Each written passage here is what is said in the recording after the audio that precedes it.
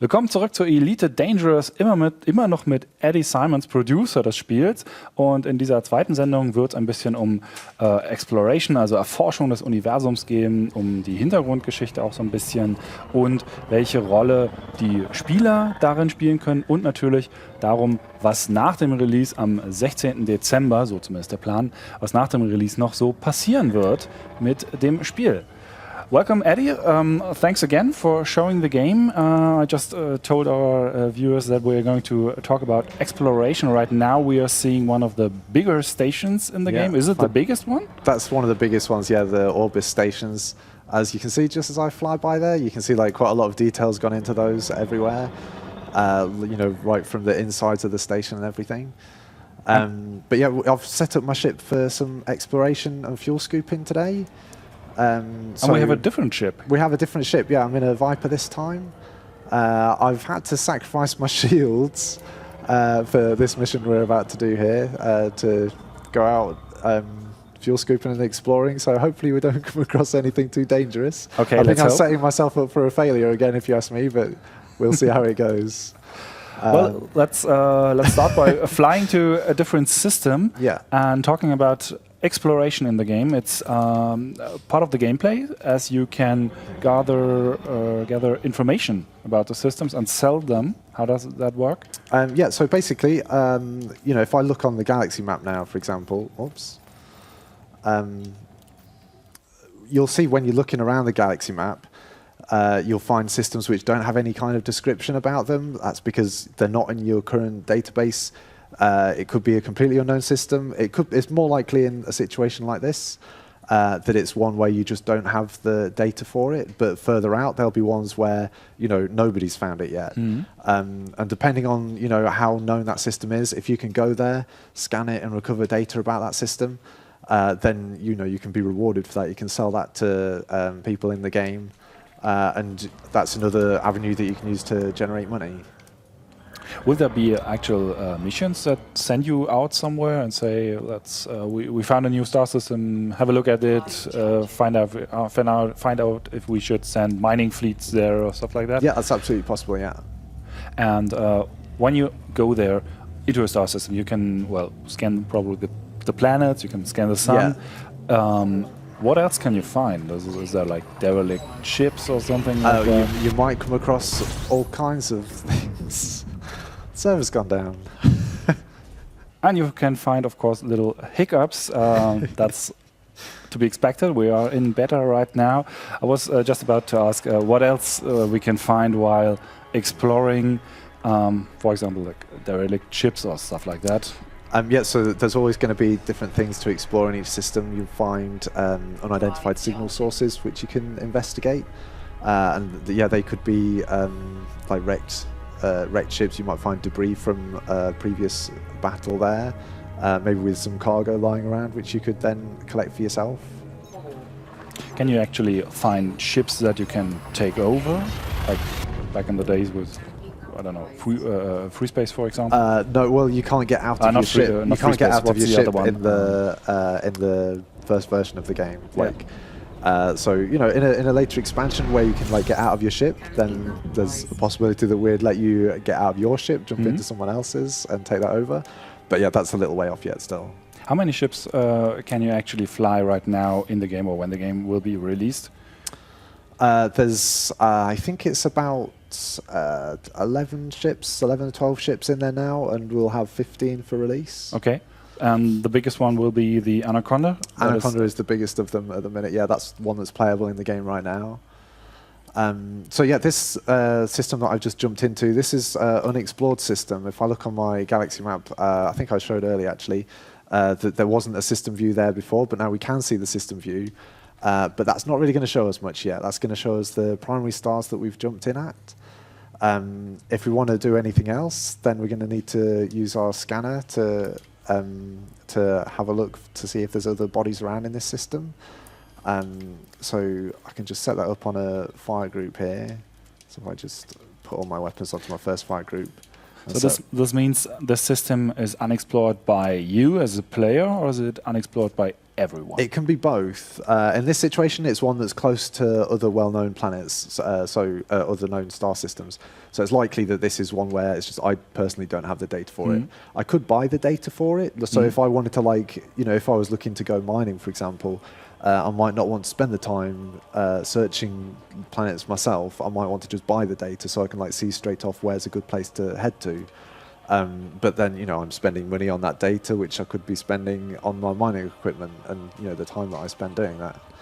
But yeah, so the way that basic scanning works is that you assign your scanner to a fire group, which I just did at the side here. So that's on my secondary weapon.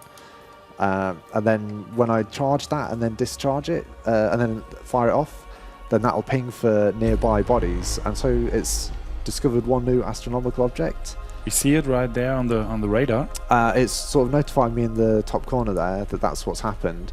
And then I'll be able to see these unexplored items appear on the navigation panel. And then if I sort of fly off in the direction of one of those, then I'll be able to get close enough to scan it with my ship scanner and get some more details on it.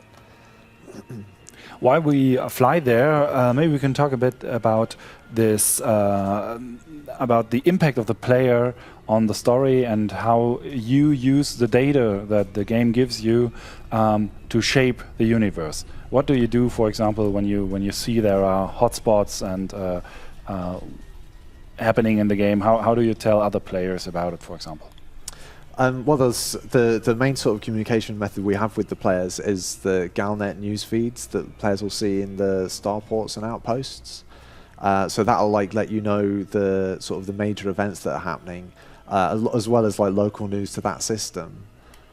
Yeah, I've got close enough to that stun now that I've scanned that, so I can see the name of that. It doesn't look like it's going to be that useful for us. Doesn't look all that interesting, so I can, as I'm flying about in the system, I can see there's another ship there actually. That's another ship in Super Cruise. So he might be flying off somewhere, so I can also use him as a hint for exploration. So I'm using a very basic discovery scanner, so when I sort of do my little radar ping to try and pick up nearby objects, that's only going to have a short range. A more expensive one would sort of scan, a much longer distance and find, all of the bodies in a system straight away. But this short range one only goes up to 500 light seconds, I think it is.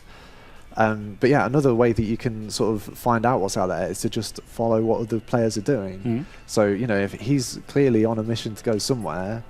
If he, for example, if he would be a real player, not an AI, and he would discover a new system and provide lots of intel, would that be, for example, be shown in the news section, with his name, or if say, well, he's one of the most famous explorers of the players. Absolutely. We can choose to whatever we want to put into those and whatever players we want to recognize really. He's trying to. Where's he going? I'm not sure what he's doing. I'm wondering if he's trying to get behind me because he's planning to interdict me. So I might try and leave him alone. Yeah, I'm going to try my discovery scanner again, see if I can find anything else out here. It might be that this system is actually kind of a quiet system, though. It might not be all that much going on here. He might just be laying in wait for unsuspecting explorers like me. When we just talked about the news feed, why can't you actually see those news while you're flying? You always have to land on a station. Shouldn't there be some sort of communication in the future? It's a downloadable newspaper or something like that? But we also tailor the news in each system to the local events as well. So there you'll get tips about where there's mining happening in that system, where there's conflicts breaking out. I'll show you something else that we can do here actually. Another thing that you'll need to use if you're going to go out exploring on your own, as you get into the further out systems, there'll be less starports, so you have less opportunities to refuel your ship. So you have to do it yourself. So on my ship, I've fitted a basic fuel scoop. which means that if I fly past that sun there and just try and stay close to its surface, then I'll be able to absorb some fuel from it and recharge my fuel meter. If I just like go straight in for that, then you'll see how that works. What happens if you actually run out of fuel? If you run out of fuel, then you're in trouble. Maybe some kind soul will come along and help you, but you know. Can you send out a distress? You can currently send out a distress signal, yeah, and like then you can have the option of buying some fuel at an extortionate price. So yeah, the key here is to try and sort of stay as close to the sun as you can, fly by as quickly as possible, recharge your fuel like I just have done. Actually, I'm not gaining any fuel at the minute, but you have to keep an eye on the heat as well, because I think we are once full. you start getting, yeah, I think we actually, yeah. So okay, all filled up. yeah, and you have to just sort of make sure that you don't overheat too much. Once your temperature starts hitting 150%, then your ship will start taking damage. Oh, okay. Which is especially bad for me because I decided to get rid of my shield. So never a good idea in space. No. How about the month or the years even after the release? What else will we see in Elite Dangerous? Well, the great thing is that, you know, the galaxy is so huge and there's so much potential for, you know, what can be filled out there. Currently, the human space is only like 1% of the galaxy that we have. Mm-hmm. But obviously, once we've got players in there, that's going to start spreading out. Mm-hmm. New starports will start appearing. How about aliens? Well, there is a known alien race in the story of Elite. And yeah, they've gone quiet for a while, but yeah, wouldn't surprise me if they started to make a comeback at some stage. There's going to be some areas of space which I think are going to be off limits because they're sort of known to be like more dangerous areas, and we don't want to go provoking a violent alien race.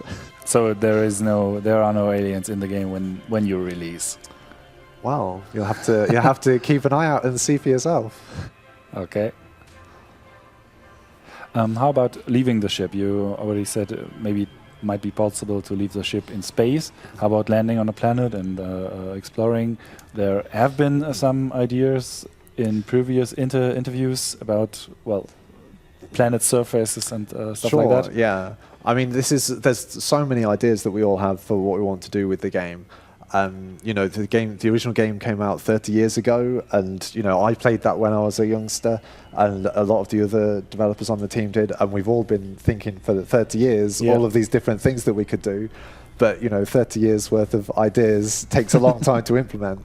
But is there actually any kind of technology already worked on for further steps of for the game? I mean, every step of the way, we're sort of keeping in mind the later steps that we want to go through. Mm-hmm. So we're always like thinking about, you know, like making it so that the ships are built in a way so that we know what's inside them and like how they're constructed.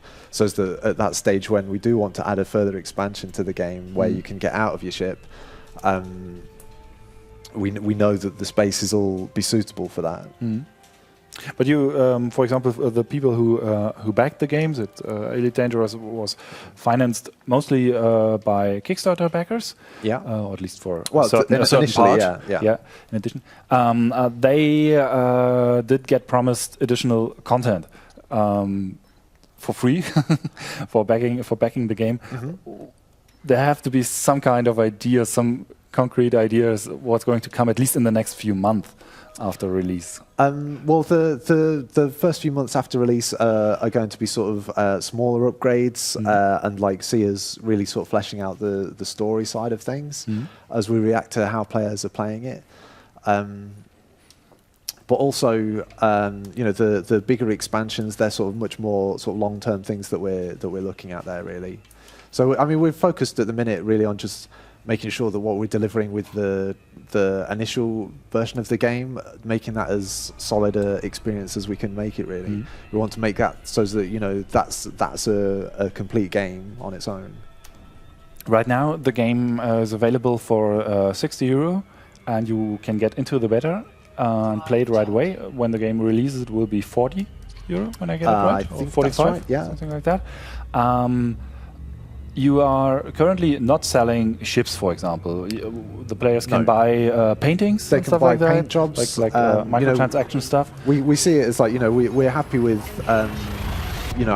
players being able to spend money to customize their ships. Yeah. What we don't want to have is players paying to get an advantage in the game. So we don't want people to be able to just buy the biggest ship in the game, buy the biggest weapons. So anything that we want to sell is going to be more sort of cosmetic.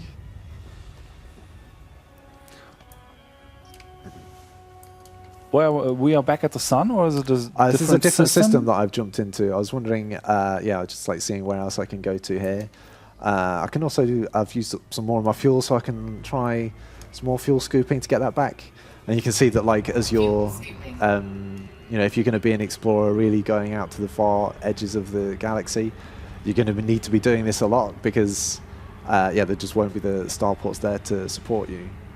There are a number of, sort of mini games in the game, actually, like this, for example, or the landing where the controls change completely. What other kind of smaller games in the game will we find? Is there anything else?